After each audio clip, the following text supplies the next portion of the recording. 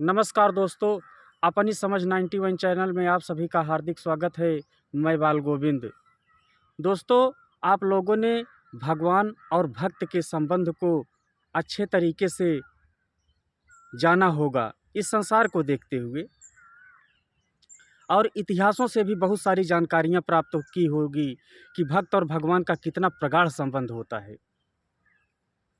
एक भक्त अपने भगवान के लिए अपने प्राणों की बलि देने को तैयार रहता है दोस्तों, और हमेशा इतिहास में यही प्रमाण मिलता है।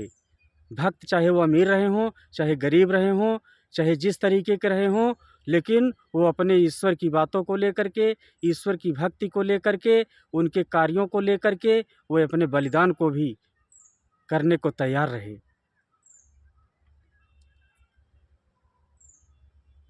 तो भक्त के कितने प्रकार होते हैं?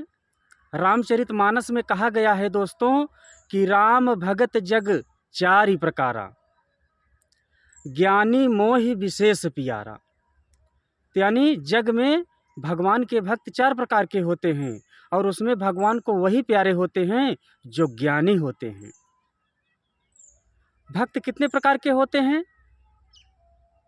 भक्त चार प्रकार के होते हैं, जैसा कि अभी रामचरितमानस में बताया गया। तो वो भक्त कौन कौन से होते हैं? पहला आर्त भक्त, दूसरा अर्थार्थी भक्त, तीसरा जिज्ञासु भक्त, और चौथा ज्ञानी भक्त। तो दोस्तों, सबसे पहले नंबर पर आर्त भक्त की चर्चा कर लेते हैं कि आर्त भक्त कौन होते हैं।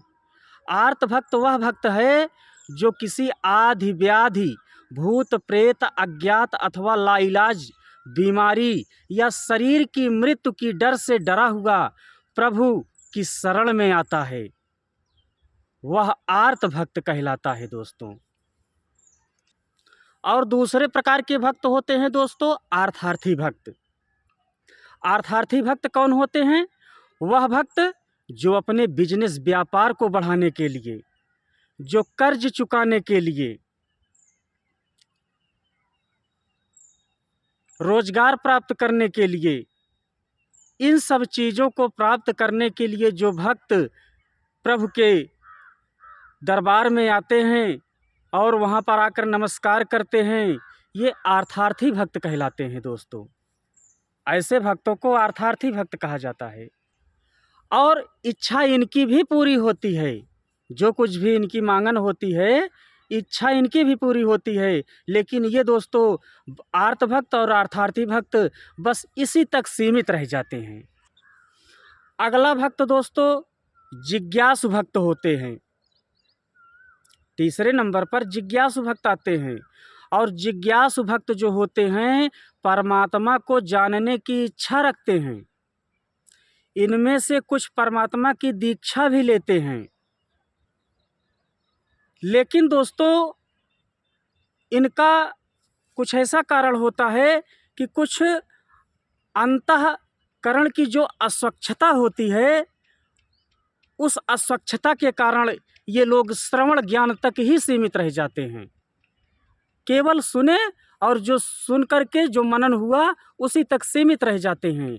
इस प्रकार के भक्त जिज्ञासु भक्त कहलाते हैं। इस प्रकार के भक्तों का मनन ज्ञान और स्वरूप ज्ञान तक न पहुँच पाने के कारण मुक्ति और भक्ति का आनंद नहीं मिल पाता है।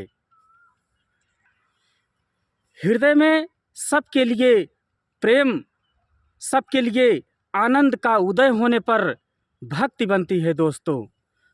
तो इस तरीके से ये तीन प्रकार के भक्त हो गए दोस्तों। प्रेमा भक्ति के साथ मुक्ति का रहना अनिवार्य होता है।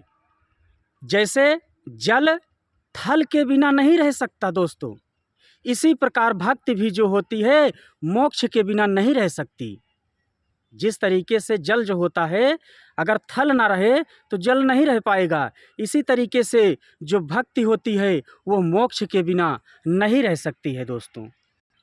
और गुरु भक्ति में सबसे श्रेष्ठ भक्ति जो होती है वो चौथे प्रकार की भक्ति होती है। ये भक्त चौथे प्रकार में आते हैं। ये भक्त जो है ईश्वर को जानने की इच्छा भी रखते हैं और जानते भी हैं और यहाँ से दीक्षा भी लेते हैं। और दोस्तों, दीक्षा लेने के बाद इन सभी सोपानों को पार करते हुए इन सभी सोपानों को पार करते हुए स्वरूप ज्ञान तक पहुँच जाते हैं और स्वरूप ज्ञान तक पहुँच करके भक्ति का आनंद लेते हैं। तो जो चौथी अवस्था होती है भक्ति की, इसे तुरीयावस्था भी कहा जाता है। इसमें संसार में यह भक्त रहते हुए, इस संसार की माया जाल में रहते हुए भी कमल की भांति न्यारा रहता है, जो चौथे प्रकार के भक्त होते हैं। क्यों? क्योंकि ये जैसे ही इस स्वरूप ज्ञान को जान जाते हैं, जो ईश्वरी का स्वरूप ज्ञान है, उस तक जब पहुंच जाते हैं तो इनका हृदय गदगद हो जाता है। दोस्तों, बड़ी आनंद की अनुभूति होती है। और ऐसे लोग संसार के विकास के बारे में जो कुछ हो सकता है इन धार्मिक कर्मों के साथ सोचते हैं, क्योंकि ऐसे भक्त जो होते हैं बड़े दयालु होते हैं, बड़े विनम्र होते हैं। तो ऐसे भक्त जो होते हैं वो एक साधारण से इंसान को इस माया जाल से निकाल करके उस जो स्वरूप ज्ञान होता है उससे जोड़ करके और इसको जो है मुक्ति का जो मार्ग होता है उस पर उनको अग्रसित करते हैं दोस्तों। और उनमें अग्रसित करने में इनका महत्वपूर्ण योगदान होता है। तो जब उस स्वरूप ज्ञान तक पहुंच जाते हैं और उसको जान लेते हैं, उसको पहचान लेते हैं, जो ईश्वर है, जो निर्विकार निर्गुण निराकार है, और जब उस तक पहुंचते हैं तब यही कहते हैं कि तू ही निरंकार, मैं तेरी शरणहा, मैनू बख्श लो। तो आज इस तरीके से दोस्तों मैं 4 प्रकार के भक्तों के बारे में वर्णन किया। तो इस तरीके से 4 भक्त होते हैं और एक व्यक्ति को जो भक्ति करना चाहता है उसको चौथे प्रकार का बनना पड़ेगा। इन सब सोपानों से होते हुए, प्रथम द्वितीय तृतीय से होते हुए चौथे सोपान में पहुंचना होगा, क्योंकि इसी के बारे में जिक्र किया गया है, इसी के बारे में चर्चाएं हो रही हैं कि चौथे सोपान तक पहुंचा जाए। और हर इंसान की इच्छा होती है कि हम चौथे सोपान तक पहुँचें, उस स्वरूप ज्ञान तक हम पहुँचें। तो आज यही विचार रहा। अपनी वाणी को इसी पर विराम देता हूँ। धन्यवाद। प्यार से कहिएगा, धन निरंकार जी।